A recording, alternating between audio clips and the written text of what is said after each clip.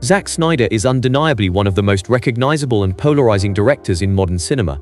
You may love or hate my movies, and But they're I'm yours. 100%, They are 100% I'm Zack's 100% movies. fine with that, but a vote against me is a vote for the focus group version. Right. Just know that. Known for his dark visual style, loyal fanbase, and slow-motion action sequences, People would think I was known for slow motion. I like slow motion. I don't really like slow motion that much. If you do a percentage of slow motion in my movies, I would think you'd find that it's 1% or something like that. Snyder's career has been a thrilling roller coaster of massive box office hits, public clashes with studios, and billion-dollar franchises. But beyond all the dark, dramatic visuals and signature slow-motion sequences, how well have his movies actually performed financially?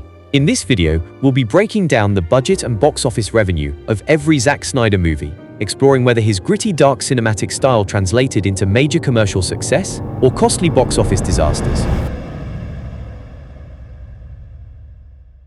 Zack Snyder made his cinematic debut with Dawn of the Dead, a modern reimagining of George Romero's zombie classic. Snyder's version turned the slow-moving zombies of the past into sprinting nightmares. It combined sharp horror with sleek action, introducing audiences to his now famous visual flair. Despite being a remake, Dawn of the Dead didn't feel like a copy-and-paste job because Snyder managed to inject the film with his signature tone, the use of dramatic slow motion, rapid cuts, and intense close-ups, which gave the film a visceral energy that set it apart from typical horror films. Before Dawn of the Dead, Zack Snyder was mostly known for directing commercials and music videos, so Universal was taking a real gamble by handing him the reins to a major studio film. Interestingly, the script for Dawn of the Dead was written by James Gunn, a rising talent at the time who would later become a powerhouse director in his own right. This movie was made on a budget of $26 million, a modest number by Hollywood standards, but this gamble paid off massively. Dawn of the Dead brought in over $102 million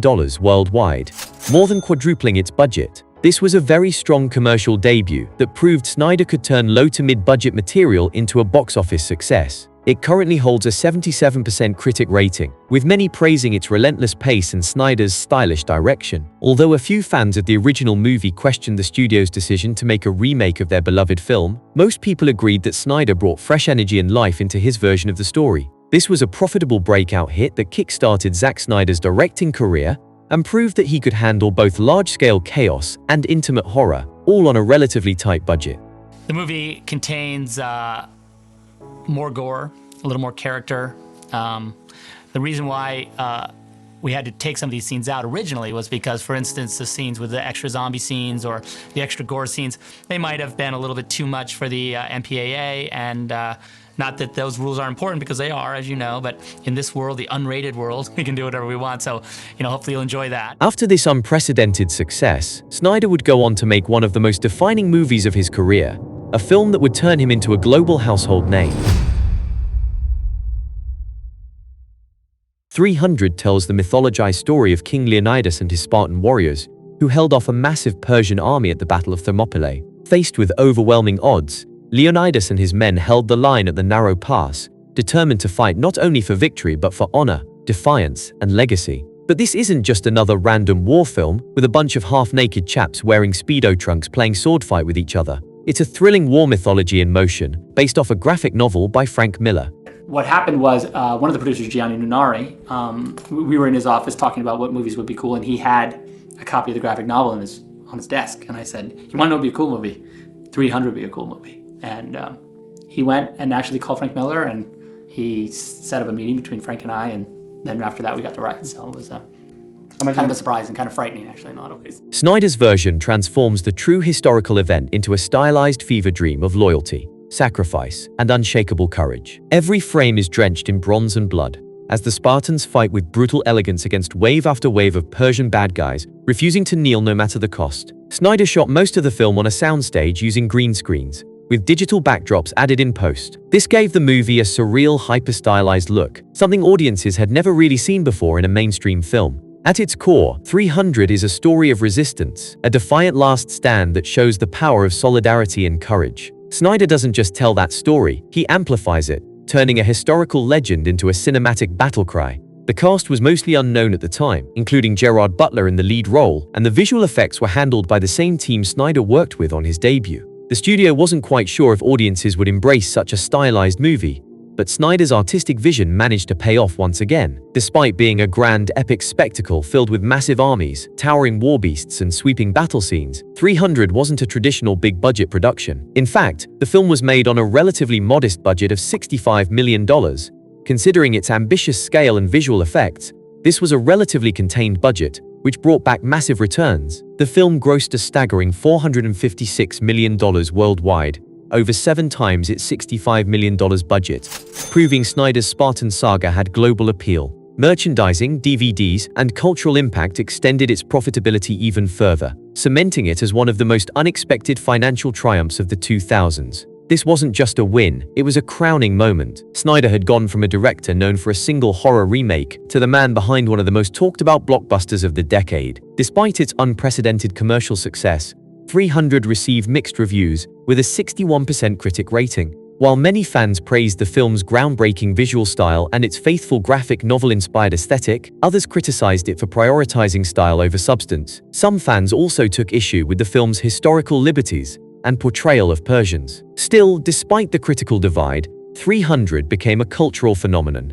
with iconic lines, massive fan appeal, and a visual style that would influence action films for years to come. I had 300, on my coffee table at my house when I was making TV commercials, and I'd have my friends over. I'd be like, I'm going to make this one day. It's going to look exactly like this comic book. And they'd be like, yeah, sure it is. Riding the momentum of his breakout hit, Snyder set his sights on one of the most ambitious and controversial graphic novel adaptations of all time. Following the massive success of 300, Zack Snyder took on a project that many believed could never be faithfully adapted. Based on Alan Moore and Dave Gibbons' groundbreaking 1986 graphic novel, Watchmen is set in an alternate 1985 universe, where the US won the Vietnam War, Nixon is still president, and masked vigilantes roam the streets before being outlawed.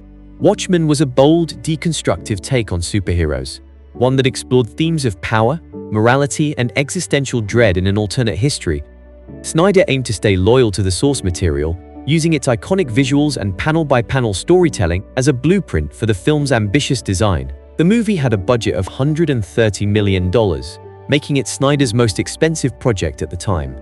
Despite its massive hype and strong fan interest, Watchmen struggled to translate its cult appeal into box office success. It earned $185 million worldwide, which on the surface might look like it covered its budget. However, simply matching or slightly exceeding the production budget doesn't equal profitability. Studios have to spend some additional money on marketing, and movie theaters typically keep around half of ticket sales, meaning the studio likely saw closer to $90 million of that gross. When you factor in the heavy marketing spend and years of development hell, Watchmen fell short of being a true financial success. Although the movie has gained a cult following over time and made money through home media and merchandise, at the time of its release, Watchmen was considered a box office underperformer, a bold, stylish risk that didn't quite pay off financially. It currently holds a 65% critic rating, with some critics praising its dark, bold tone and faithfulness to the source material. However, some fans were divided on its dense storytelling, graphic violence, and emotionally cold tone. Regardless of the box office revenue and mixed reception, Watchmen reinforced Snyder's reputation as a fearless visual stylist, unafraid to take risks, even when the outcome wasn't guaranteed. It's a superhero movie that is for adults and has adult ideas in it. You don't have to think about it any harder than that. I mean, it goes way deeper. If you want to, you can tear it apart like a giant onion and keep peeling it until you're at its core. But I think that it's cool to experience it. Just like when I read the comic book for the first time. For his next project, Snyder made an unexpected shift, stepping away from gritty, R-rated storytelling to explore a more adventurous project that marked a major departure from anything he'd done before. Zack Snyder's Legend of the Guardians marked a bold and unexpected turn in his career. Based on the popular children's book series by Catherine Lasky, the film tells the story of a young owl named Soren, who dreams of joining a legendary band of warriors known as the Guardians. Behind the scenes, Snyder approached the project with the same visual intensity that defined his earlier films, only this time it was through the lens of animation. Produced by Animal Logic, the same Australian studio behind Happy Feet, the film is filled with highly detailed animation and dramatic sequences, making it one of the most visually ambitious animated films of its time.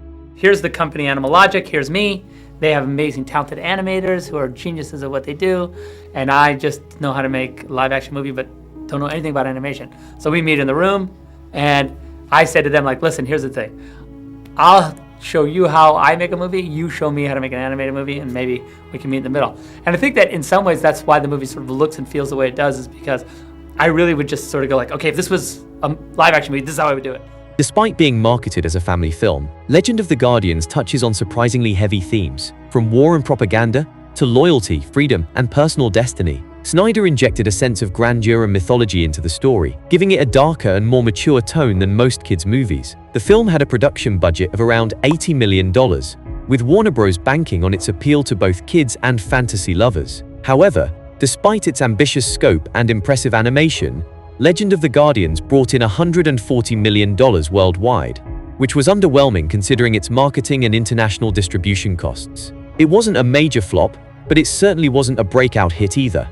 The film did see some additional revenue from home media sales and merchandising, particularly among younger audiences and fans of the book series. However, those gains were modest and not enough to turn Legend of the Guardians into a major hit. It currently holds a 53% critic rating, with some praising the realistic animation and visual style, which showcased Snyder's continued flair for creating immersive worlds. However, many critics found the story predictable and the tone uneven, too dark and intense for younger viewers, but lacking the depth to fully engage adults. This underperformance likely served as a sobering moment for Snyder, highlighting the challenges of stepping outside his established niche of gritty, stylized live-action films. While it showed his willingness to experiment, the tepid response may have pushed him to refocus on more mature, high-profile projects. Riding that harsh realization, Snyder soon returned to the world of comic book adaptations. Following Legend of the Guardians, Snyder returned to his trademark mix of intense visuals and dark fantasy with Sucker Punch, a bold, stylized action thriller that dives deep into a young woman's struggle to escape a brutal reality through elaborate dreamlike battles. The film blends layers of fantasy and harsh reality, focusing on a lady named Baby Doll, who retreats into a vivid imaginary world to cope with her grim surroundings in a mental institution.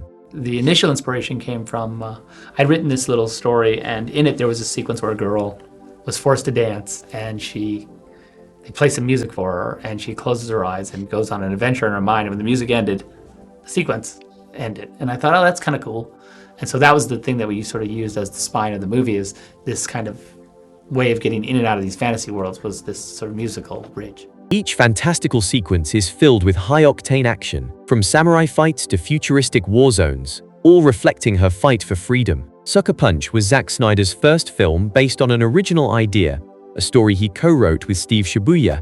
After adapting existing works like 300 and Watchmen, Snyder wanted to create a film entirely from his own vision. The movie was also Snyder's attempt to comment on the objectification of women in pop culture, though ironically, it became controversial for the very thing it was critiquing. The film's sexualized imagery and its portrayal of female empowerment sparked debates and divided audiences. Snyder later revealed that a darker, more emotionally resonant director's cut was significantly different from what was released theatrically, hinting at creative clashes with the studio over the final tone and messaging. The film had a production budget estimated at around $82 million, and with its extensive CGI, elaborate set pieces, and stylized action, it was clearly a visually ambitious project that carried a high cost. However, its performance at the box office failed to match that ambition. Sucker Punch struggled to find a wide audience, grossing approximately $89 million worldwide. After taking out marketing and distribution costs, along with the fees taken by the theaters, it's almost certain that Sucker Punch lost money. Even generous estimates put the film tens of millions in the red, making it one of Snyder's least profitable films, if not the least. It didn't generate strong home video sales either, and its cult following only emerged much later, largely centered around fans of Snyder's broader filmography and those interested in the unreleased director's cut. Sucker Punch also faced mixed to negative reviews. With a 22% critic rating, many moviegoers criticized the film for its convoluted plot and lack of clear direction, arguing that the movie barely brought anything new to the table, both artistically and story-wise. Despite the mixed success, Sucker Punch reinforced Snyder's reputation as a director, unafraid to take creative risks and push visual boundaries. Following this, he prepared to tackle what would become his most high-profile and divisive project yet, one that would dramatically raise the stakes and put him squarely in the global spotlight once again. Man of Steel tells the origin story of Clark Kent as he grapples with his alien heritage and purpose on Earth. After being sent from the dying planet Krypton as a baby, Clark is raised by human parents in Kansas who teach him to hide and tame his powers. As an adult, he's forced to confront his identity when General Zod, a surviving Kryptonian, arrives on Earth with plans to terraform the planet into a new Krypton. To protect humanity, Clark embraces his destiny and becomes Superman, facing both physical battles and moral dilemmas as he chooses who he wants to be. After a very lukewarm reaction of the previous installment of Superman, Warner Brothers knew they needed a fresh direction for the iconic superhero. They wanted a modern but grounded reimagining of Superman that could launch a larger cinematic universe, similar to what Marvel had already begun building. The studio chose Zack Snyder to handle the direction of this film. Man of Steel was a massive financial undertaking for Warner Brothers, with a production budget of $225 million.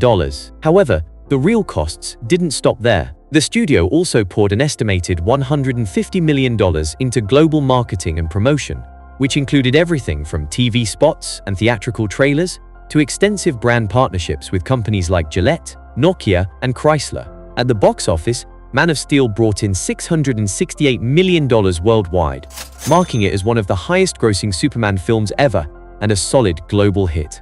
Man of Steel received mixed to positive reviews from critics, with opinions sharply divided on its tone, pacing, and depiction of Superman.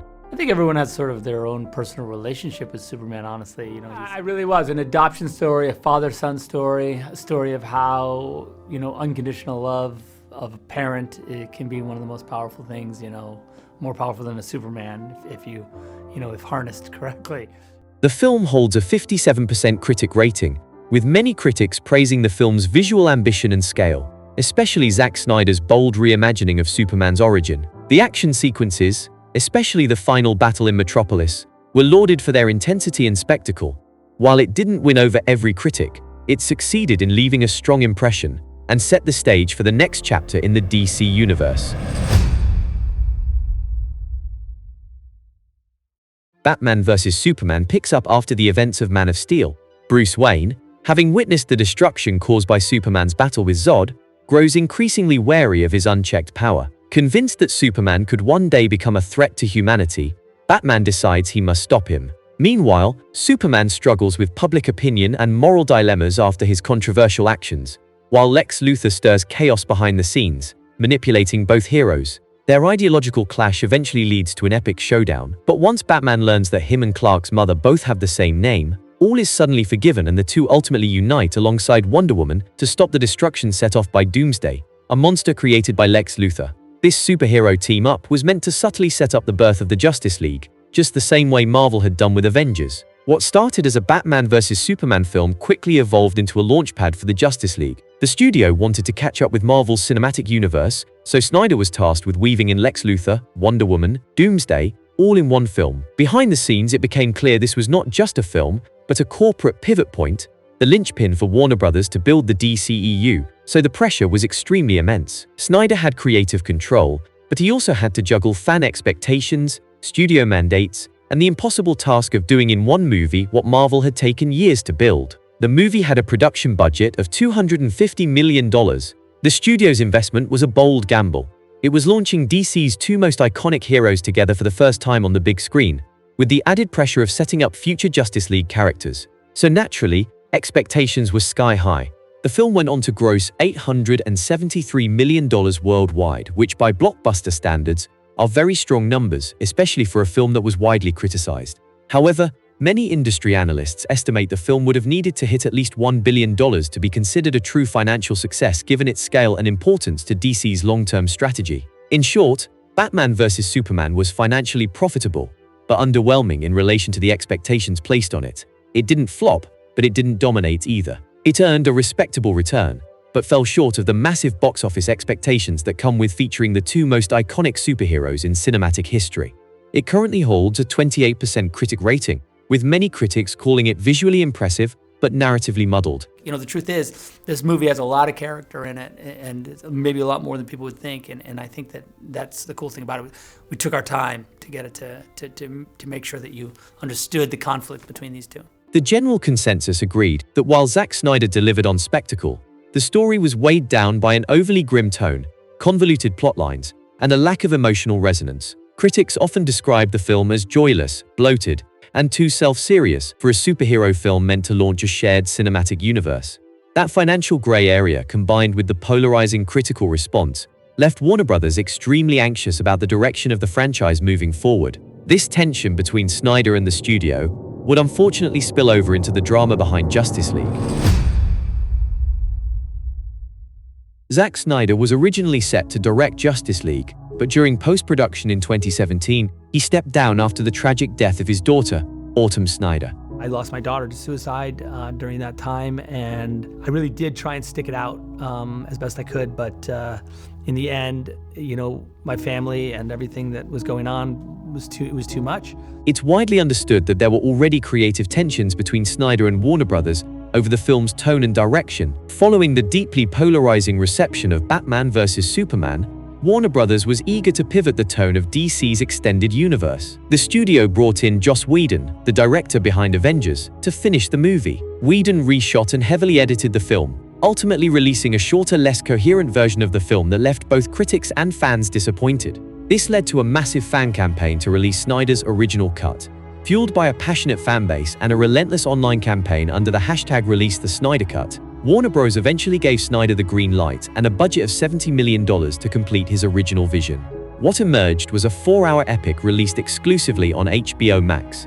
Unlike the theatrical version, Zack Snyder's Justice League was more cohesive in tone, richer in character development, and delivered the kind of mythic operatic storytelling that Snyder's fans love him for. Zack Snyder's Justice League follows Bruce Wayne as he tries to unite a team of superheroes to protect Earth from an approaching alien threat. Following the death of Superman, the world is vulnerable, and a new bad guy called Steppenwolf, who also happens to be a servant of another bad guy called Darkseid, arrives on Earth to collect a square thingy called the Mother Box, which is a powerful device that can terraform and destroy worlds. To stop this invasion, Bruce recruits Wonder Woman, Aquaman, The Flash, and Cyborg, eventually resurrecting Superman using the power of the Mother Box. Together, they form the Justice League and engage in a final battle to prevent Steppenwolf from conquering Earth and paving the way for Darkseid's full arrival.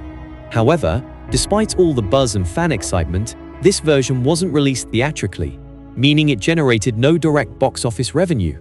Instead, its success was measured by streaming engagement and its cultural impact, both of which helped HBO Max gain subscribers and stirred ongoing debates about artistic control in Hollywood. According to reports, the Snyder Cut was one of the most watched titles on HBO Max at the time, drawing millions of viewers within its first few days and continuing to trend globally.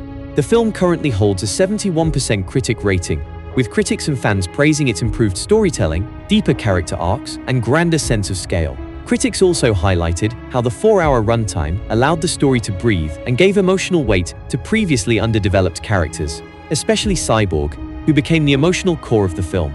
However, some critics still found a few flaws with this version of the movie.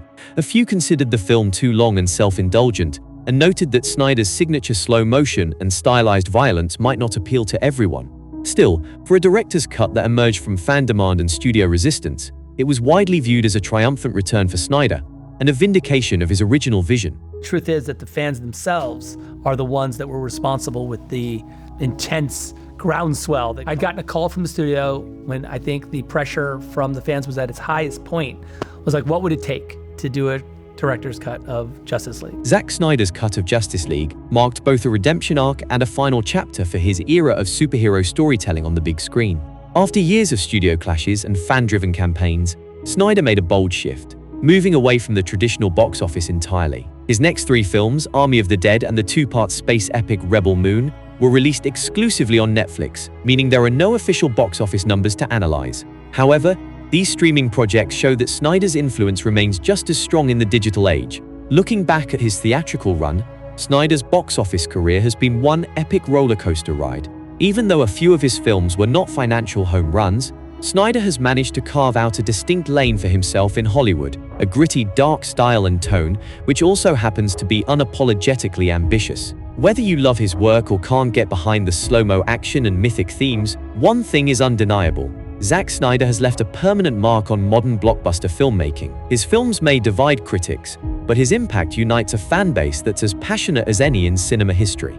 If you enjoyed this video, please don't forget to drop a like and subscribe to the channel for more deep dives into movie budgets, box office numbers, and the stories behind the scenes. Thank you so much for watching.